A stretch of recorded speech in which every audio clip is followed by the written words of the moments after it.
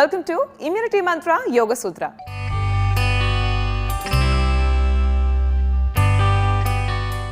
ఈ వారం ఇమ్యూనిటీ మంత్ర యోగ సూత్రలో back pain కి సంబంధించిన ఆసనాలు, ఎటువంటి ఆసనాలు చేస్తే మన ఇమ్యూనిటీ పవర్ బూస్ట్ అవుతుంది, ఎటువంటి ఆసనాలు చేస్తే మనకు బ్యాక్ పెయిన్ నుంచి రిలీఫ్ వస్తుందో చూస్తూ ఉన్నాం కదండి. మరి దాంట్లో భాగంగా ఈ రోజు ఎపిసోడ్లో కృష్ణ గారు మనందరికీ ఏ ఆసనం పరిచయం చేయబోతున్నారో చూద్దాం.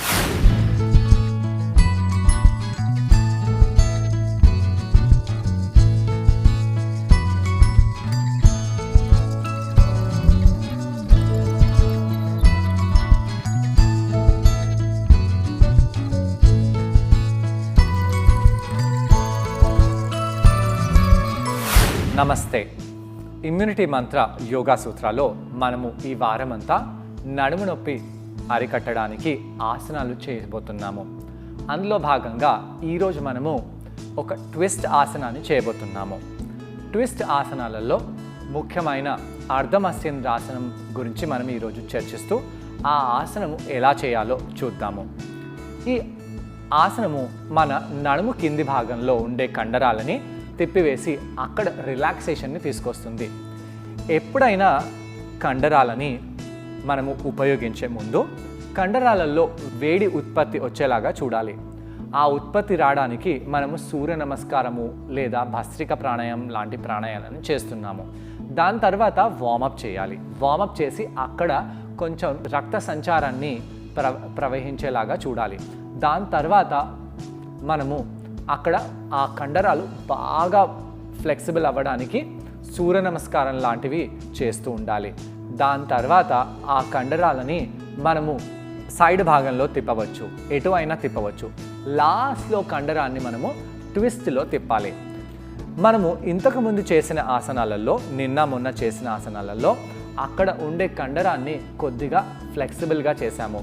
ఈరోజు అక్కడ ఉండే కండరాన్ని తిప్పి దాన్ని ఇంకా ఎక్కువగా మొబిలిటీని తీసుకురావడానికి చేస్తున్నాము. అలానే రేపు అక్కడ ఉండే కండరాన్ని బలపరచడానికి మనము ఆసనాలను చేయబోతున్నాము. ఈ అర్ధమస్యేంద్రాసనము ఏ విధంగా చేయాలి? అర్ధమస్యేంద్రాసనము మత్స్యేంద్ర ఋషి పేరుపై పెట్టబడింది. ఈ ఆసనం చేసేటప్పుడు మనము ఇలా వజ్రాసనంలో కూర్చోవచ్చు. వజ్రాసనంలో కూర్చొని మనము ఒకవైపు కూర్చోవాలి. ఇలా నేను ఎడమవైపు కూర్చుంటున్నాను. ఎడమవైపు కూర్చొని నా యొక్క పాదాలని కుడి పృష్ఠభాగం బయటికి తీసుకొని వచ్చేసి అలా కూర్చుంటున్నాను. ఈ విధంగా రెండు పాదాలు కుడి పృష్ఠభాగం బయటికి వచ్చేలాగా చూడాలి. దాని తర్వాత ఈ యొక్క కుడి పాదాన్ని ఇలా ముందుకు పెట్టాలి. కొంతమంది వ్యక్తులు కుడి పాదాన్ని మోకాల ముందు పెడతారు. ప్రాచీన పద్ధతిలో యోగా చేసేవాళ్ళు కుడి పాదాన్ని ఇలా కుడి మోకాలు బయట భాగంలో పెడతారు. అయితే మోడర్న్ యోగా పద్ధతి వాళ్ళు పాదాన్ని ఇటువైపు కూడా పెడతారు. ఎటువైపు పెడితే మంచిదండి. వైపు పెడితే ఆసనం యొక్క బెనిఫిట్స్ చాలా ఉంటాయి. కానీ పొట్ట పెద్దగా ఉన్న వాళ్ళు, ఫ్లెక్సిబిలిటీ లేని వాళ్ళు పాదాన్ని ఇటువైపు పెట్టి ఆసనము చేయలేరు. అలాంటి వాళ్ళు పాదాన్ని ఇటువైపు కూడా పెట్టి చేయవచ్చు. ఒకవేళ మీకు పొట్ట పెద్దగా ఉండి మీకు ఆసనము తిరగడానికి, ట్విస్ట్ అవ్వడానికి అనుకూలత లేకపోతే మీరు పాదాన్ని ఇటువైపు పెట్టైనా ఈ ఆసనాన్ని చేయవచ్చు. ఈ ఆసనము పాదం ఇటువైపు చేసినా ఇది అర్ధమస్యేంద్ర ఆసనం కిందకే వస్తుంది. ఈ విధంగా మనము కూర్చోవాలి. రెండు పృష్ఠభాగాలు కింద పెడుతూ వీపుని బాగా స్ట్రైట్ చేయాలి. వీపుని స్ట్రైట్ చేస్తూ ఈ విధంగా మనము నిటారుగా కూర్చోవాలి. నిటారుగా కూర్చొని మనము ఈ పాదాన్ని మ్యాట్పై పెట్టాలి. చాలామంది వ్యక్తులు ఈ పాదాన్ని చాలా ముందుకు తీసుకొని వెళ్ళి లేదా ఇలా దగ్గరికి తెచ్చి పెడతారు. ఇలా దగ్గరికి తెచ్చి పెట్టకూడదండి. మీ మోకాలు ఎక్కడైతే ఎండ్ అవుతుందో అక్కడ ఈ యొక్క పాదము యొక్క మడమ భాగము మొదలవ్వాలి. అలా మొదలయ్యేలాగా పాదాన్ని పెట్టి వీపుని నిటారుగా చేయండి. ఏ యొక్క ఆసనంలోనైనా వీపు నిటారుగా ఉండడము అనివార్యము. వీపుని రౌండ్గా చేస్తూ ఇలా కిందికి పడిపోతూ నీరసం పడుతూ ఆసనం చేయకూడదు. చెస్ట్ని లేపండి. శ్వాస బాగా తీసుకునేలాగా చూడాలి. అలా చూసి మీ కుడి పాదాన్ని ఇలా కుడి చేతితో పట్టుకొని దీన్ని గట్టిగా స్టేబుల్గా ఉండేలాగా చూడండి. దీని తర్వాత మనము ఎడమ చేతిని ఈ విధంగా పైకి చేసి ఇక్కడ ఈ యొక్క ఎడమ భాగాన్ని బాగా పైకి చేసి వీపుని ఇంకా నిటారుగా చేయాలి. అలా నిటారుగా చేస్తూ శ్వాస తీసుకోండి. శ్వాస తీసుకుని తర్వాత శ్వాస వదులుతూ ఈ విధంగా మీ మోచేతిని మోకాలు బయటి భాగంలో తీసుకొని రండి. అలా మోకాలు బయటి భాగంలో తెచ్చి మీరు కావాలంటే చేతిని ఇలా కుడివైపు తిప్పేసి ఛాతిని కూడా కుడివైపు తిప్పవచ్చు. ఛాతిని తిప్పినప్పుడు ఈ భుజము ఇక్కడ ముందుకు రావడం కాదు, ఈ భుజాన్ని వెనకాలకి చేస్తూ కుడివైపు కూడా ఛాతిని ఓపెన్ చేయాలి. అలా చేస్తూ ఇక్కడ బాగా స్ట్రెచ్ వచ్చేలాగా చూడాలి. ఛాతి ముందు భాగంలోనే స్ట్రెచ్ కాదు, ఛాతి వెనకాల భాగంలో కూడా బాగా స్ట్రెచ్ అనిపించాలి. ఈ యొక్క షోల్డర్ బ్లేడ్స్ మధ్యలో బాగా గ్యాప్ని తీసుకొస్తూ ఈ యొక్క మోచేతిని ఈ విధంగా మనము బయటికి తీసుకొస్తూ ఈ విధంగా హస్తాన్ని పెట్టవచ్చు. ఈ యొక్క చేతిపై బాగా బరువు పెట్టేసి ఇలా అనకూడదండి, ఇది అర్ధమస్తింద్రాసనం అస్సలు కాదు. ఈ యొక్క చేతిని దగ్గరగా తెచ్చి భుజాన్ని తిప్పేస్తూ ఈ యొక్క మోచేతిని బెండ్ చేసి పెట్టండి. బరువు ఈ చేతిపై లేదు, బరువు కాలు నడుముపై మధ్యలో బాగా డిస్ట్రిబ్యూట్ అయిపోయింది. చాలామంది వ్యక్తులు ఈ యొక్క కుడి భుజంలో కుడి చేతిపై వెయిట్ని పెట్టేసి వెనకాల పడిపోతూ ఆసనం చేస్తుంటారు. అలా చేయకండి. ఒకవేళ మీకు ఈ విధంగా రాకపోతే నెమ్మదిగా మీరు కావాలంటే మోకాల్ని ఇలా కూడా పట్టుకొని ఈ ఆసనాన్ని చేయవచ్చు. ఈ విధంగా కూడా మోచేతిని బయటికి తీసుకొని వచ్చి ఆసనం చేయవచ్చు. లేదా ఈ అరిచేతిని ఈ యొక్క విధంగా మీ పాదాన్ని, యాంకిల్ని, మడమ భాగాన్ని పట్టుకొని చీలి మండల భాగాన్ని పట్టుకొని ఏది వీలవుతే అక్కడ పట్టుకొని ఈ విధంగా మీరు ఛాతిని ఓపెన్ చేయవచ్చు. దీన్ని మనము అర్ధమస్తింద్రాసనం అని అంటాము. ఒకవేళ మీ పాదము ఇటువైపు మోకాలు ముందు కూడా పెట్టుకోవచ్చు, కాకుండా మోకాలు అటువైపు కూడా పెట్టుకోవచ్చు. అయితే ఎంతైతే కాలు అటువైపు వెళ్తుందో అంత ఇంటెన్స్గా ఈ ఆసనం అవుతుంది. ఈ ఆసనం చేసినప్పుడు మనము ముఖ్యంగా గమనించాల్సింది ఏంటంటే ఈ ఆసనము నడుము కింది భాగం నుంచి చేయాలి. ఈ నడుము కింది భాగాన్ని మనము పొట్ట కండరాలని బిగిస్తూ ఈ విధంగా కుడివైపు ట్విస్ట్ అవుతూ ఈ ఆసనాన్ని చేయవచ్చు. ఒకవేళ మీ చెయ్యి అటు వెళ్ళలేకపోయికుండా ఈ యొక్క భుజంలో మీకు పెయిన్ అనిపిస్తే మీ యొక్క చేయితో ఈ యొక్క పాదాన్ని కూడా పట్టుకోవచ్చు. ఇలా పట్టుకొని కూడా మీరు ఈ అర్ధమస్తింద్రాసనాన్ని చేయవచ్చు. ఇక్కడ ట్విస్ట్ కావడం చాలా ముఖ్యము. ఎక్కడ పట్టుకుంటున్నాము, ఎక్కడ పట్టుకోవట్లేదు అది ముఖ్యమైన విషయం కాదు. ఎప్పుడైతే ఈ విధంగా ట్విస్ట్ చేస్తామో కుడి సైడ్ ఉన్న ఈ వెన్నుముక్కలో ఉన్న కండరాలే కాకుండా ఎడమ వైపు ఉన్న కండరాలు కూడా ఇక్కడ బాగా స్ట్రెచ్ అవుతున్నాయి. ఇటు తిరగడం వలన బాగా స్ట్రెచ్ అవుతున్నాయి. అలా స్ట్రెచ్ అవుతూ అక్కడ రక్త ప్రసరణ బాగా జరుగుతుంది. అక్కడ ఉండే కండరాలకు చాలా రిలాక్సేషన్ లభిస్తుంది. కొన్ని సమయాలలో నడుము నొప్పి బాగా ఎక్కువగా ఉన్న వాళ్ళ పరిస్థితిలో ఈ యొక్క అర్ధమస్తింద్రాసనము ఆ యొక్క పెయిన్ని ఎక్కువగా కూడా చేయగలుగుతుంది. కొన్ని నడుము నొప్పి కేసెస్లో ఈ యొక్క అర్ధమస్తింద్రాసనము ఆ యొక్క పెయిన్ని బాగా ఎక్కువగా చేయగలుగుతుంది. అయితే ఎలా తెలుస్తుంది ఈ ఆసనం చేయడం వలన నాకు రిలీఫ్ కలుగుతుందా లేదా అనేది? ఈ యొక్క ఆసనము మీరు ఒక డాక్టర్ లేదా యోగా టీచర్తో కలిసి చర్చించి దాని తర్వాత ప్రాక్టీస్ చేయండి. అలా చేయడం వలన ఈ ఆసనంతో వచ్చే బెనిఫిట్స్ ఇంకా కాంట్రాండికేషన్స్ తెలుస్తాయి. అలానే కాకుండా కొంతమంది ఎలా ఉంటారు, కొద్దిగా నొప్పి అయినా చాలా నొప్పి అయిపోయిందండి, చాలా నొప్పి అయిపోయింది అని అంటూ ఉంటారు. అలా కాకుండా కొద్ది రోజులు మీరు నియమపూర్వకంగా ఆసనాన్ని చేయాలి. ఆసనాన్ని చేసినప్పుడు కొద్దిగా స్ట్రెచ్ వస్తుంది, కొద్దిగా పెయిన్ అనిపిస్తుంది. ఆ పెయిన్ ఆ టైంలోనే ఉందా, లేదా ఆసనం చేసిన తర్వాత రాత్రంతా దినమంతా మీకు పెయిన్ ఉందా? దినమంతా రాత్రంతా ఈ యొక్క ఆసనమే మీకు పెయిన్ని తీసుకొస్తే ఈ ఆసనాన్ని చేయకూడదు. కాదు, ఈ ఆసనం మీకు ఫ్లెక్సిబిలిటీని తెస్తుంది. ఈ ఆసనం చేయడం వలన మీకు రిలీఫ్ అనిపిస్తుంది. టెంపరీగానే కాదు, కానీ కొంతమైన రిలీఫ్ వస్తుంది అంటే ఈ ఆసనాన్ని మీరు నియమితపూర్వకంగా చేస్తూ ఉండండి. చేసి అక్కడ ఉండే కండరాలని దృఢంగా బలంగా తయారు చేసుకోండి. చూసారు కదండి, ఇప్పుడు కృష్ణ గారితో పాటు ఈ ఆసనాన్ని ట్రై చేయడానికి నేను కూడా జాయిన్ అవబోతున్నాను. మా ఇద్దరిని చూసి ఈ ఆసనాన్ని మీరు కూడా ట్రై చేయండి. నమస్తే. ఇమ్యూనిటీ మంత్ర యోగా సూత్రాల్లో మనము నడుము నొప్పిని అరికట్టడానికి, నడుముని ఫ్లెక్సిబుల్గా చేయడానికి, అక్కడ రక్త సంచారాన్ని పెంచడానికి, నడుముని హెల్దీగా చేసుకోవడానికి చేసే ఆసనాలలో ఒకటి భాగంగా అర్ధమస్యేంద్రాసనాన్ని చర్చిస్తూ ఈరోజు ఆ ఆసనము చేయబోతున్నాము.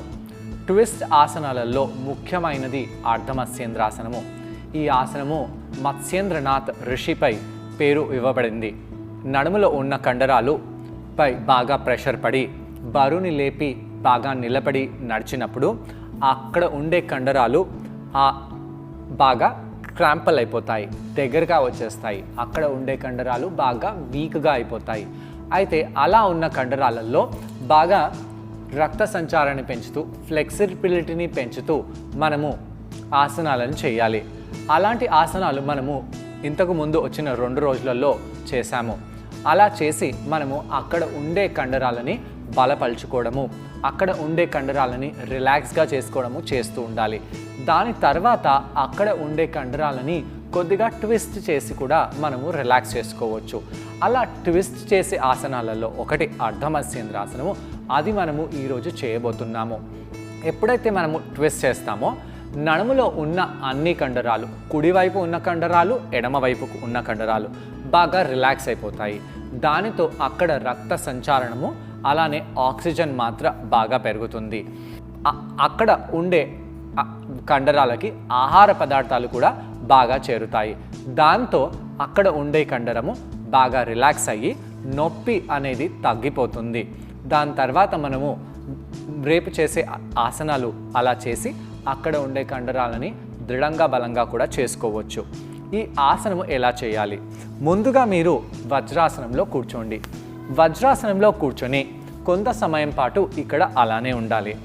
అలా ఉండి మనము వీపుని నిటారుగా చేస్తూ మన 2 పృష్ఠభాగాలని ఇలా ఒకవైపు చేయాలండి.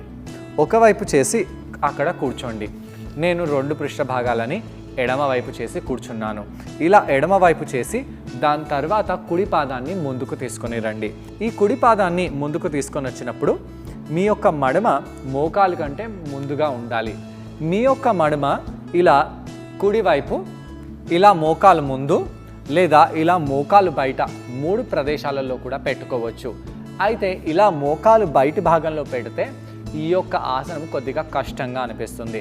అందుగురించి మనము ఈ యొక్క మోకాల్ని కనీసం ఈ విధంగానైనా లేదా అది కూడా వీలు కాకపోతే ఇలా కుడివైపు కూడా పెట్టుకోవచ్చు. చాలామంది యోగా నిపుణులు ఏం చెప్తారు, మీరు కాలు అటువైపే పెట్టాలి, ఇటువైపు పెట్టకూడదు. అది కరెక్ట్ అండి, వాళ్ళు చెప్పేది కరెక్ట్. కానీ అలా చేయలేని సందర్భంలో మీరు కాలుని కుడివైపు కూడా పెట్టుకోవచ్చు. ఇలా కుడివైపు మీ పాదాన్ని పెట్టి ఆ యొక్క పాదాన్ని ఇంకొద్దిగా ముందుకు తీసుకొని రండి. అలా చేసి మీరు వీపుని నిటారుగా చేస్తూ కూర్చోవాలి. వీపు కింది భాగంలో వంపు రాకూడదు, వీపు నడి భాగంలో కూడా వంపు రాకూడదు. ముఖ్యంగా వీపు కింది భాగంలో స్ట్రెచ్ రావడానికి మనం ఈ ఆసనం చేస్తున్నాం కాబట్టి ఆ యొక్క భాగం వార్మప్ అవుతుందా, ఎలా అనిపిస్తుంది ఏంటి అనేది గమనించండి.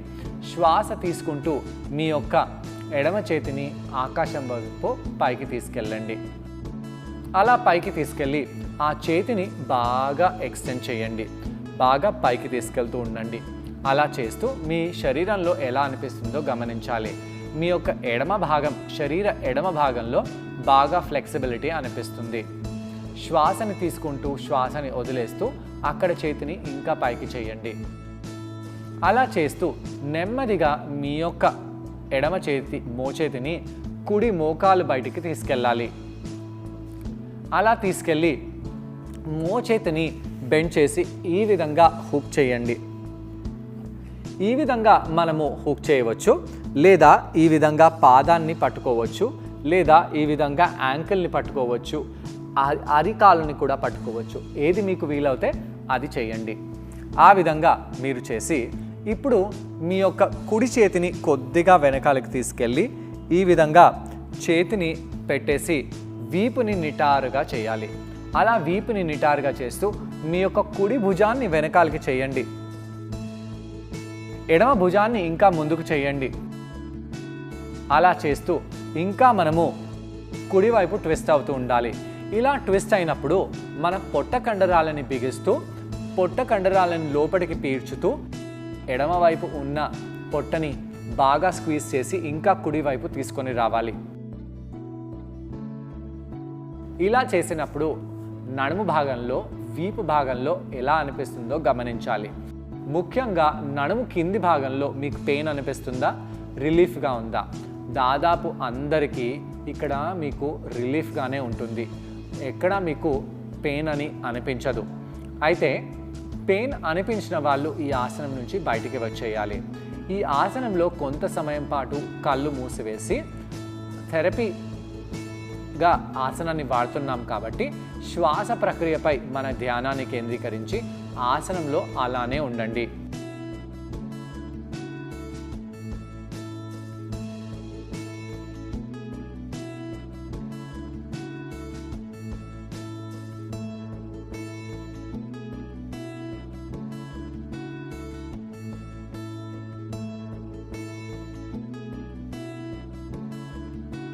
ఛాతిని ఇంకొద్దిగా పైకి చేస్తూ హైట్ని మనము బాగా పెంచుకుంటూ ఉండాలి. అయితే మెడని మొత్తము భుజం వరకు తీసుకెళ్ళకూడదు. మెడని రిలాక్స్గా పెట్టండి. లేదా మెడ పై భాగంలో మీకు నొప్పిగా అనిపించవచ్చు. ఆ యొక్క నొప్పి మెడ పై భాగం నుంచి కింది భాగం వరకు కూడా వస్తుంది. అలా రాకుండా మీకు ఏది వీలవుతే అక్కడ చేతిని పట్టుకోండి. ఒకవేళ ఈ విధంగా మీ చీలిమండలాన్ని పట్టుకోలేకపోయారో మీరు కేవలం చేతిని, హస్తాన్ని ఇలా పైకి చేసి పెట్టారు, ఇది కూడా అర్ధమత్స్యేంద్రాసనమే. అయితే ఇంతకుముందు చేసిన వర్షన్ కొద్దిగా అడ్వాన్స్ వర్షన్, ఇది కొద్దిగా బిగినర్స్ వర్షన్. ఇలా బిగినర్స్ వర్షన్ ముందుగా చేసి దాని తర్వాత మీరు అడ్వాన్స్ వర్షన్లో వెళ్ళవచ్చు.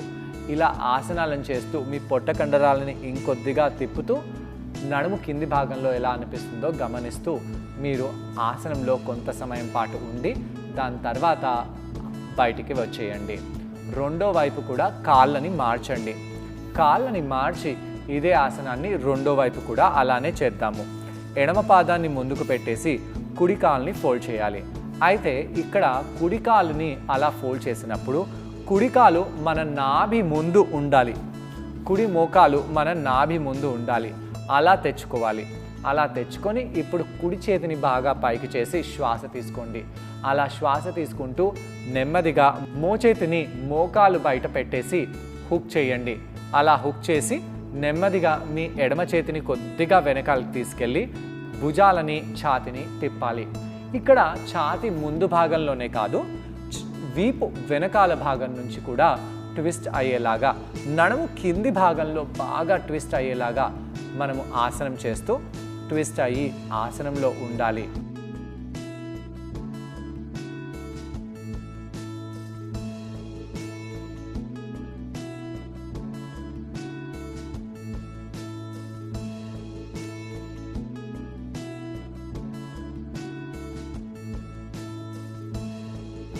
ఇలా కొంత సమయం పాటు ఆసనంలో ఉండండి.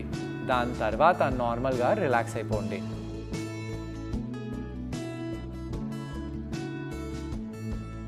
ఈ ఆసనం పేరు అర్ధమత్స్యేంద్రాసనం. ఈ ఆసనాన్ని మీరందరూ ట్రై చేశారని నేను అనుకుంటున్నాను. మరి ఈ ఆసనం చేయడం వలన మన బాడీకి ఎటువంటి బెనిఫిట్స్ వస్తాయి, మన ఇమ్యూనిటీ పవర్ ఎలా బూస్ట్ అవుతుందో కృష్ణ గారు ఇప్పుడు వివరిస్తారు. ట్విస్ట్ ఆసనాలు చేసేటప్పుడు మనకు చాలా బెనిఫిట్స్ ఉంటాయి. దాంట్లో ముఖ్యంగా ఉండే బెనిఫిట్ ఏంటంటే ట్విస్ట్ ఆసనాలతో ఆ నడుము కింద ఉన్న కండరాలకు బాగా రిలాక్సేషన్ దొరుకుతాయి. మనము ఎటువైతే తిరుగుతున్నామో అటువైపు ఉన్న కండరాలే కాకుండా దానికి ఆపోజిట్ వైపు ఉన్న కండరాలు కూడా పనిచేస్తాయి. ఆ కండరాలలో బాగా లెంత్ అనేది పెరుగుతుంది. అవి చాలా ఫ్లెక్సిబుల్గా అవుతాయి అన్నమాట. టెన్షన్ అనేది తగ్గిపోతుంది. మనము రోజుమారు జీవనశైలితో కండరంలో చాలా మొబిలిటీ తగ్గిపోయి ఆ కండరాలు చాలా దగ్గరగా అయిపోతాయి. అలా కాకుండా ఈ యోగా ఆసనాలు చేయడం వలన, ఈ ట్విస్ట్ లాంటి ఆసనాలు చేయడం వలన అక్కడ ఉండే కండరాలలో ఫ్లెక్సిబిలిటీ బాగా పెరిగి అక్కడ రక్త ప్రసరణ బాగా జరుగుతుంది. ఎక్కడైతే రక్త ప్రసరణ బాగా జరుగుతుందో అక్కడ ఆహారం కూడా బాగా ఉంటుంది. అలానే ఆక్సిజన్ మాత్ర కూడా ఆ యొక్క భాగంలో బాగా పెరుగుతుంది.